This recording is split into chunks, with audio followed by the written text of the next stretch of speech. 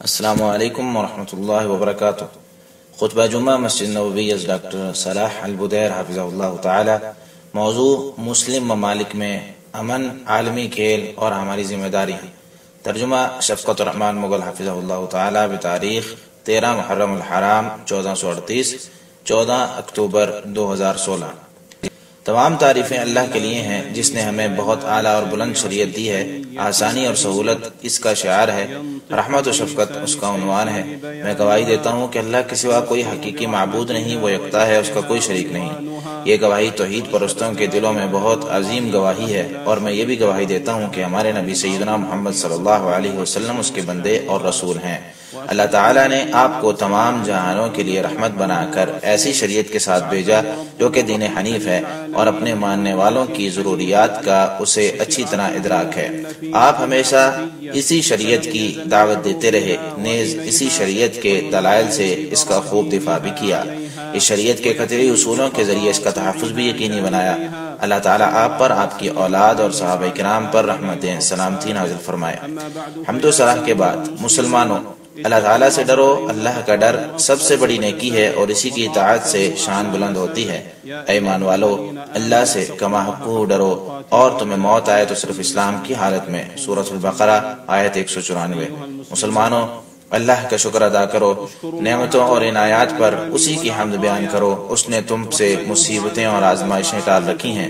اپنے ارد گرد لوگوں سے عبرت حاصل کرو کہ کتنے ملکوں میں اختلاف برپا ہوئے اور حکومتی گرفت کمزور ہو گئی، جس کی وجہ سے قانون کی حیبت جاتی رہی، حکومت اور قومیت کچھ بھی باقی نہ رہا۔ آخرکار خانہ جنگی شروع ہو گئی اور یکجہتی کے تار پور بکھر گئے، امن سبوتاز ہو گیا۔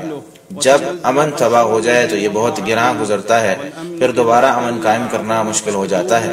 بجھے ہوئے فتنوں کو خبیث ہی ہوا دیتا ہے، فتنوں کی قیادت غدار کرتے ہیں اور ظالم ہی فتنے پیدا کرتے ہیں۔ فتنوں میں ملوث ہونے سے فتنے مزید بارآور ہوتے ہیں، دوسروں کو ساتھ ملانے پر فتنوں کی افزائش ہوتی ہے اور تشہیر پر مزید پروان چڑھتے ہیں۔ بیکار شخص کا کیا ہدف ہو سکتا ہے؟ صرف یہی کہ لوگوں کا انقلاب، مظاہروں، دھرنوں، بغاوت اور حکمرانوں کے خلاف اکسایا جائے۔ حالانکہ حالات و واقعات یہ چیز ثابت کر چکے ہیں کہ ملکی قیادت اور حکمرانوں کے خلاف بغاوت تمام فتنوں، مشکلات اور بلاؤں کی جڑ ہے۔ سیدنا اسید بن حضیر رضی اللہ تعالی عنہ سے روایت ہے کہ رسول اللہ صلی اللہ علیہ وسلم نے فرمایا، تم میرے بعد خود غرضی دیکھو گے، تم صبر کرنا یہاں تک کہ مجھے حوض پر ملو۔ متفق علیہ۔ امام نووی رحمۃ اللہ علیہ کہتے ہیں، خود غرضی کا مطلب یہ ہے کہ دنیاوی امور میں صرف اپنے مفاد کو مقدم رکھا جائے، تم پھر بھی ان کی بات سننا اور اطاعت کرنا، حکمران خود غرض ہی کیوں نہ ہو، اور تمہارا حق تمہیں نہ دے۔ شیخ الاسلام ابن تیمیہ رحمۃ اللہ علیہ کہتے ہیں، جو بھی حکمرانوں کے خلاف بغاوت کرے تو اس بغاوت سے پیدا ہونے والی خرابی فائدے سے کہیں بڑی ہوتی ہے۔ اسی طرح عمر بن عاص رضی اللہ تعالیٰ عنہ اپنے بیٹے کو نصیحت کرتے ہوئے کہتے ہیں، بیٹا، منصف حکمران تو موصلہ دار وارث سے بھی بہتر ہے، جبکہ دائمی ہنگاموں سے ظالم حکمران بہتر ہے۔ فتنے عقل کو امتحان میں ڈال دیتے ہیں اور انسانی جہالت عیاں کر دیتے ہیں۔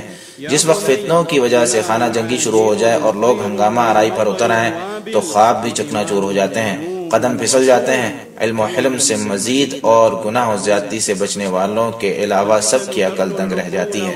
زبان پر لگام اور ہتھیار کی زبان بے وقوفوں کو خاموش کروا دیتی ہے، جبکہ علم جہالت مٹاتا ہے اور دانشمندی فتنوں کا سدباب کرتی ہے۔ حلومکم یا قوم لا تغربنها ولا تقطعوا ارحامکم بالتدابر۔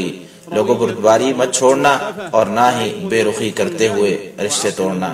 مسلمانوں، جب چیخو پکار شروع ہو، خوب دنگے اور فساد ہونے لگیں، کوہرام مچ جائے، مظاہرے اور انقلاب برپا ہوں، تو ان حالات کو سب سے پہلے اسلام دشمن قوتیں ہی اپنے مفاد کے لیے استعمال کرتی ہیں۔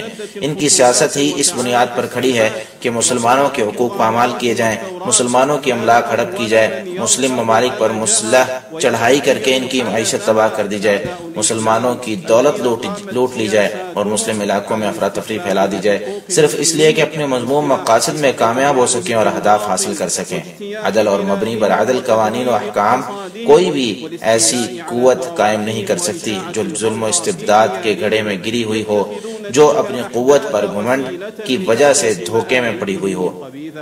حقیقی طور پر عدل و رحمت سے کام لینے والوں اور جابر و ظالم حکمرانوں کے دعوے یکساں نہیں ہو سکتے، جنہوں نے اپنے آپ کو پوری دنیا کے ٹھیکیدار، حقوق کے محافظ، امن و سلامتی کے نقیب بنایا ہوا ہے۔ امن و سلامتی کا پاسبان وہ کیسے ہو سکتے ہیں جو انقلاب اور بغاوت کے ہم نواؤں اور جنگیں اور ہنگامے برپا کرنے میں ملوث ہوں، غداروں کی پشت پناہی کریں، جن کا ماضی قوت، مال و دولت اور استحکام سے مالا مال شاندار حکومتوں کے خلاف جنگوں سے بھرپور ہو۔ موجودہ تمام اقوام اور سلامتی کونسل نے اس بات پر زور دیا ہے کہ امن و سلامتی یقینی بنائی جائے، لیکن لگتا ایسے ہے کہ انہوں نے امن و سلامتی کو زندہ درگور کرنے اور اس کے خاتمے کا عزم کیا ہے۔ سلامتی کے قیام کے لیے لکھی جانے والی دستاویز پانی پر تحریر کی طرح ہیں اور شجر دھوکہ و فراڈ کے پتوں پر لکھا نوشتا ہے۔ کم للسلام مواسکن عبست بها ریح السیاست شمالا و جنوبا، سلامتی کے کتنے ہی معاہدوں کے ساتھ سیاست کی اندھیری نے کھلواڑ کیا ہے، کبھی اسے شمال تو کبھی جنوب کی جانب گرا دیا۔ ان تکتبوا للسلم عہدا فجعلوا مع الثقالى بالمداد مشوبا، اگر تم سلامتی کا کوئی معاہدہ تحریر کرنے لگو تو اس کی روشنائی میں اجڑی ہوئی گود والی ماؤں کے آنسو بھی شامل کر لینا۔ او فانقشوا بدم الضحايا خطه وتذكروا يوما قضوه عصيبا، یا جان کی قربانی دینے والوں کے خون سے اسے تحریر کرنا اور وہ دن یاد رکھنا جو انہوں نے سخت کرب اور تکلیف میں گزارا تھا۔ سوغوا عدلا للبریۃ شاملا لا مرتع للاقویاء خصیبا، ایسا عادلانہ معاہدہ تحریر کرو جو سب کے لیے ہو، محض طاقتور کے لیے زرخیز میدان مت تیار کرنا۔ امن و سلامتی کے جھوٹے پاسبانوں، سلامتی مفاد پرستی میں گم ہو چکی ہے، تمہاری پاسبانی میں سلامتی معدوم اور جھوٹ بن چکی ہے۔ اپنی عیش پرستی کی آوازیں دھیمی رکھو، مبادا بھوکے، بے گھر اور جلاوطن افراد خواب سے بیدار ہو جائیں۔ جس عیاشی میں تم مست ہو اس کی جھنکار پست رکھو، مبادا مکانوں، گھروں اور اسپتالوں کے ملبے تلے گمشدہ بچوں کے خواب ٹوٹ جائیں۔ سینوں کو ہدف بنا کر ان کی حکومت کی عادت باثر شخصیات، علماء کرام ان کی دولت معیشت تباہ کرنا، سنی علاقوں کا محاصرہ کر کے مساجد، جامع مساجد اور اسکولوں کو نشانہ بنانا، تمام مسلمانوں کے خلاف منظم دہشت گردی، بلکہ یہ جنگی جرائم کے ساتھ ساتھ مسلمانوں کے اپنے علاقے اور وطن میں انسانی حقوق کی پامالی اور اس کا استحصال بھی ہے۔ مسلمانوں کی صفوں میں واضح دراڑیں، شغاف اور رکنے موجود ہیں۔ ہر شخص کی الگ رائے اور فکر ہے۔ مسلمان فرقوں اور گروہوں میں بٹے ہوئے ہیں، ہر فرقے کی الگ نیت ہے، ہر گروہ اپنے مقاصد کے لیے کام کرتا ہے اور ہر جماعت کا اپنا مسلک ہے۔ سب ایک دوسرے کو نیچے دکھانے اور باہمی نفرت پھیلانے میں لگے ہوئے ہیں۔ ہمیں مسلمانوں میں صرف سخت دھمکیاں ہی سنائی دیتی ہیں، تشدد اور سختی دکھائی دیتی ہے۔ ہر کوئی اپنے پاؤں پر کلہاڑی چلا رہا ہے اور اپنا غصہ مسلمان بھائی پر نکال رہا ہے۔ امن کو کبھی بھی ایسا شخص اتحاد اور یگانگت نہیں دے سکتا جو جاہل ہو، اختلافات کو ہوا دے اور انہیں بھڑکائے، تشدد اور سختی کے ذریعے دین سے متنفر کرے، فحش گوئی کے ذریعے لوگوں سے زیادتی کرے، انہیں گالیاں نکالے یا دشمنی پیدا کرے، دلوں میں نفرت اور صفوں میں شغاف ڈالے یا خود باتیں گھڑ کر دین کی صورت میں پیش کرے اور سمجھ بوجھ اور حدیث کے بغیر ہی فتویٰ جھاڑے اور بدعت و خرافات میں مبتلا ہو کر گمراہ رہے۔ فروعی اور فقہی مسائل میں اختلافات عداوت کا باعث نہیں بننا چاہیے۔ فروعی اختلافات کی وجہ سے باہمی اتحاد، اتفاق اور میں رکنے نہ پڑنے چاہیے اور نہ ہی مخالف کو بدعتی، فاسق یا کافر قرار دیں۔ تاہم مسلمان پر یہ واجب ہے کہ حق کی جستجو میں لگا رہے اور صرف اسی بات کو تسلیم کرے جس پر قرآن کریم یا حدیث نبوی سے دلیل ملے، وہ اس کے استاد اور اس کے اپنے فقہی مذہب سے متصادم ہی کیوں نہ ہو۔ لہٰذا اس بات کی کوئی گنجائش نہیں ہے کہ اس قسم کے مسائل میں اختلافات کو تنازعات، جھگڑے، ناچاکی اور گروہ بندی کا ذریعہ بنائیں۔ سلف صالحین میں بہت سے مسائل کے اندر اختلاف تھا، لیکن اجتہادی مسائل میں کوئی بھی ایک دوسرے پر قدغن نہیں لگاتا تھا، بلکہ ان کے دل فراخ تھے۔ امام شافعی رحمۃ اللہ علیہ کہتے ہیں کہ ایسا ممکن نہیں کہ ہم بھائی بھائی رہیں اگرچہ متنازع مسئلہ میں ہمارا اتفاق نہ بھی ہوا۔ کوئی بھی قول یا عمل سنت میں متصادم ہو یا اجماع سے ٹکراتا ہو تو اسے روکنا واجب ہے، جبکہ کسی بھی مسئلے میں واضح سنت یا اجماع نہ ہو لیکن اس میں اجتہاد کی گنجائش ہو تو پھر اس سے نہیں روکنا چاہیے۔ وہ شخص اپنے اجتہاد کی وجہ سے اس پر عمل کر رہا ہو یا کسی کے مسئلے کی بتانے کی وجہ سے۔ قرآن و سنت کے نصوص سے متصادم فتویٰ دینا جائز نہیں ہے۔ اگر کوئی دے تو اسے مجتہد کی رائے کالعدم ہوگی اور اس کی بات ماننا حرام ہوگا، اس لیے کہ اس مجتہد کی بات کو شریعت پر مقدم کرنا لازم ہوتا ہے جو کہ حرام ہے۔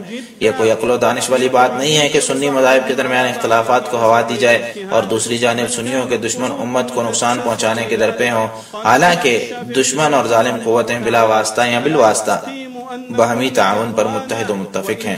قرآن کریم میں ہے وَلَا تَنَازَعُوا فَتَفْشَلُوا وَتَذْهَبَ رِيحُكُمْ، تنازعات میں مت پڑو وگرنہ پھسل جاؤ گے اور تمہاری ہوا تک اکھڑ جائے گی۔ سورۃ الانفال آیت 46۔ تنازعات سے ناکامی اور نامرادی ملتی ہے، نیز دشمن غالب آتا ہے۔ عمر بن شعیب اپنے باپ سے وہ اپنے دادا سے بیان کرتے ہیں کہ رسول اللہ صلی اللہ علیہ وسلم نے فرمایا سب کا خون مسلمانوں یعنی دین اور قصاص میں برابر ہے، کوئی ادنا مسلمان بھی کسی کو امان دے دے تو اسے تسلیم کیا جائے گا۔ دور افتادہ علاقوں میں رہنے والا مسلمان کسی کو پناہ دے دے تو وہ بھی مانی جائے گی، اور مسلمان غیروں کے خلاف یکجان ہے۔ ابو داؤد۔ انس رضی اللہ تعالیٰ عنہ بیان کرتے ہیں کہ آپ صلی اللہ علیہ وسلم نے فرمایا جو ہماری طرح نماز پڑھے، ہمارے قبلے کی جانب رخ کرے، ہمارا ذبیحہ کھائے تو یہی مسلمان ہے جس کے لیے اللہ اور اس کے رسول کی جانب سے امان ہے۔ خیال کرنا اللہ کی جانب سے ملی ہوئی امان کو توڑ مت دینا، بخاری۔ جبکہ عقیدہ پر تمام صحابہ کرام کا اتفاق تھا، صحابہ کرام کے مابین عقیدے سے متعلق کوئی اختلاف یا تنازع نہیں تھا، سب اس بات کے قائل تھے کہ جو کچھ بھی کتاب و سنت میں ہے ہم اس پر ایمان رکھتے ہیں۔ صحابہ کرام کی عادت تھی وہ بدعات اور نئے غیر شرعی طریقوں کے ذریعے عبادت کرنے سے منع کرتے تھے۔ جن بدعات سے بچنا ضروری ہے ان میں قبروں کا طواف کرنا، قبروں پر جانور ذبح کرنا، مردے کے لیے نظر ماننا، مردوں سے مدد طلب کرنا، اسی طرح اولیاء اور صالحین کی شان میں غلو کرتے ہوئے ان کے سامنے رکوع کرنا، جھکنا، انہیں سجدے کرنا، ان کے تھوک یا جسم سے برکت حاصل کرنا شامل ہے۔ حالانکہ ان کے جسم سے برکت لینے کو حبیب و محبوب رسول اللہ صلی اللہ علیہ وسلم کی زندگی میں آپ کے جسم سے تبرک لینے پر قیاس کرنا ہر اعتبار سے باطل ہے۔ کس عقل یا نس کی بنا پر کسی بھی عالم یا ولی کو چاہیے وہ کتنا ہی عبادت گزار کیوں نہ ہو، سید البشر نبی صلی اللہ علیہ وسلم پر قیاس کیسے کیا جا سکتا ہے؟ انہی بدعات میں مسجد وغیرہ میں ذکر کرتے ہوئے ناچنا، اچھلنا، کودنا، گھومنا اور ہیجان انگیز حرکتیں کرنا بھی شامل ہے۔ یہ ایسی بدعات ہیں جن میں کچھ مسلمان جہالت یا کسی کے پیچھے لگنے کی وجہ سے مبتلا ہیں۔ ان تمام چیزوں سے روکنا ضروری ہے، لیکن روکنے کے لیے حکمت، اچھا انداز، گفتگو اور ایسا طریقہ اپنائیں جس سے آپ اپنا ہدف پالیں اور کسی قسم کی خرابی پیدا نہ ہو۔ جو شخص کسی بدعت یا باطل کام میں ملوث ہو تو اس پر حق کی جانب رجوع واجب ہے، کیونکہ حق کی جانب رجوع باطل پر اڑے رہنے سے بہتر ہے۔ امت میں اتحاد و اتفاق سلف صالحین کے فہم کے مطابق کتاب و سنت سمجھنے سے پیدا ہوگا۔ قول و عمل کے بغیر درست نہیں ہو سکتا، قول و عمل نیت کے بغیر درست نہیں ہو سکتے، اور قول و عمل سمیت نیت صرف سنت پر عمل کرنے سے ہی درست ہوگی۔ یا اللہ ہماری رہنمائی فرما اور ہمیں ہمارے نفس کے شر سے محفوظ فرما۔ میں اپنے گناہوں کی بخشش اللہ تعالیٰ سے چاہتا ہوں، تم بھی اسی سے بخشش مانگو، بے شک وہ رجوع کرنے والوں کو بخشنے والا ہے۔ دوسرا خطبہ، ہماری قسم کی حمد اللہ کے لیے ہے جو پناہ طلب کرنے والوں کو پناہ دیتا ہے۔ میں اس اللہ کے سوا کوئی حقیقی معبود نہ ہونے کی گواہی دیتا ہوں جو بیماروں سے مایوس ہونے والوں کو شفا دیتا ہے، اور یہ بھی گواہی دیتا ہوں کہ ہمارے نبی صلی اللہ علیہ وسلم اللہ کے بندے اور رسول ہیں۔ اتباع سنت نبوی کرنے والا ہی کامیاب و کامران اور ہدایت یافتہ ہوگا، اور نافرمانی کرنے والے کا گمراہی اور تباہی مقدر ہوگی۔ اللہ تعالیٰ ان پر، ان کی آل اور صحابہ کرام پر ڈھیروں رحمتیں، سلامتی اور برکتیں نازل فرمائے۔ حمد و صلاح کے بعد مسلمانوں تقوی الہی اختیار کرو، اسے اپنے نگہبان جانو، اسی کی اطاعت کرو اور نافرمانی مت کرو۔ اے ایمان والو، تقوی الہی اختیار کرو اور سچے لوگوں کے ساتھ رہو۔ سورۃ التوبہ آیت 119۔ مسلمانوں، سوشل میڈیا پر ٹویٹ کرنے والے ایسے لوگوں سے بچو جن کی تحریروں سے پاگل پن، جن کی ویڈیو کلپس کے ذریعے بے وقوفی چھلکتی ہے۔ انہوں نے کتنا ہی دنگا اور فساد برپا کیا، جھوٹ اور الزامات کا بازار گرم کیا، غلط اور سرسنگی سے بھرپور باتیں کی۔ ویسے سوشل میڈیا پر الا ماشاءاللہ عقل مند کم ہی ہیں۔ سوشل میڈیا اس وقت ہر کس و ناقص کا میدان ہے۔ شہرت پسندی انہیں یہاں تک کھینچ لائی ہے، ناموری کی چاہت انہیں مزید شوق دلاتی ہے، فالوورز کی کثیر تعداد انہیں دھوکے میں ڈال چکی ہے، اور وہ یہ سمجھنے لگے ہیں کہ کوئی بھی ان سے آگے نہیں بڑھ سکتا۔ اور نہ ہی کوئی ان کا قائم مقام بن سکتا ہے۔ لیکن اگر انسان گمسم ہو، کوئی اسے تلاش کرنے والا نہ ہو، ایسا مفلوس الحال ہو جسے دروازے سے بھی دھتکار دیا جائے، تو یہ اس کے لیے اس بات سے بہتر ہے کہ وہ باطل اور برائی میں مشہور ہو۔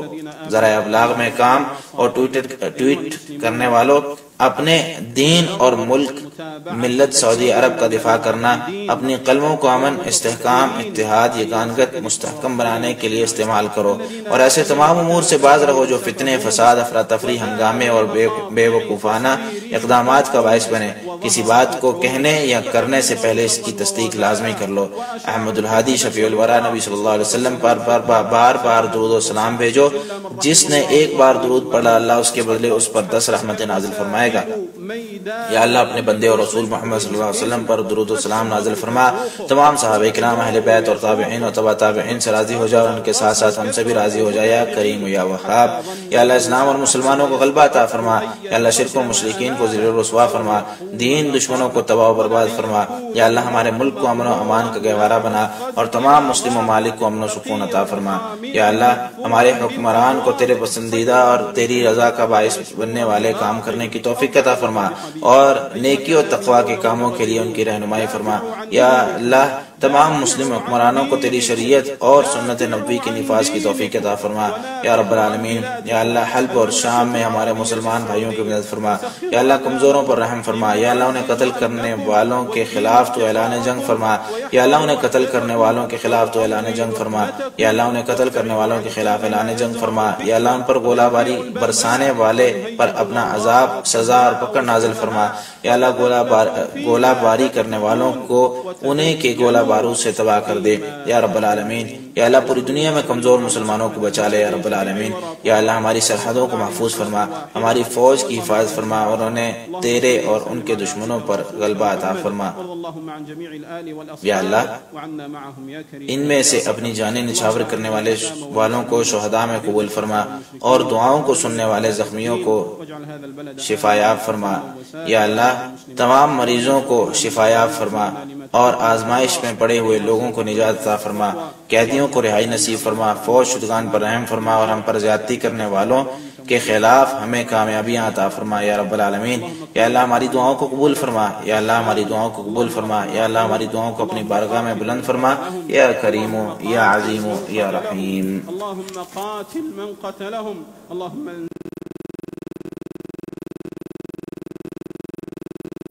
الله عليه بها عشرا. اللهم صل وسلم على عبدك ورسولك محمد، وارض اللهم عن جميع الآل والأصحاب وعنا معهم يا كريم يا وهاب. اللهم أعز الإسلام والمسلمين، وأذل الشرك والمشركين، ودمر أعداء الدين، واجعل هذا البلد آمنا مطمئنا وسائر بلاد المسلمين. اللهم وفق إمامنا وولي أمرنا لما تحب وترضى، وخذ بناصيته للبر والتقوى.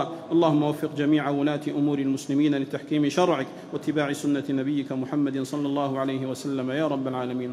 اللهم كن لإخواننا في حلب والشام، اللهم ارحم ضعفهم، اللهم قاتل من قتلهم، اللهم قاتل من قتلهم، اللهم قاتل من قتلهم، اللهم انزل عذابك ورجزك وسخطك على من قصفهم، اللهم اقتله بسلاحه وأحرقه بناره يا رب العالمين. اللهم أنجي المستضعفين من المسلمين في كل مكان يا رب العالمين. اللهم أمن حدودنا واحفظ جنودنا وانصرهم على عدوك وعدوهم يا رب العالمين. اللهم تقبل موتاهم في الشهداء واشف جرحاهم يا سميع الدعاء.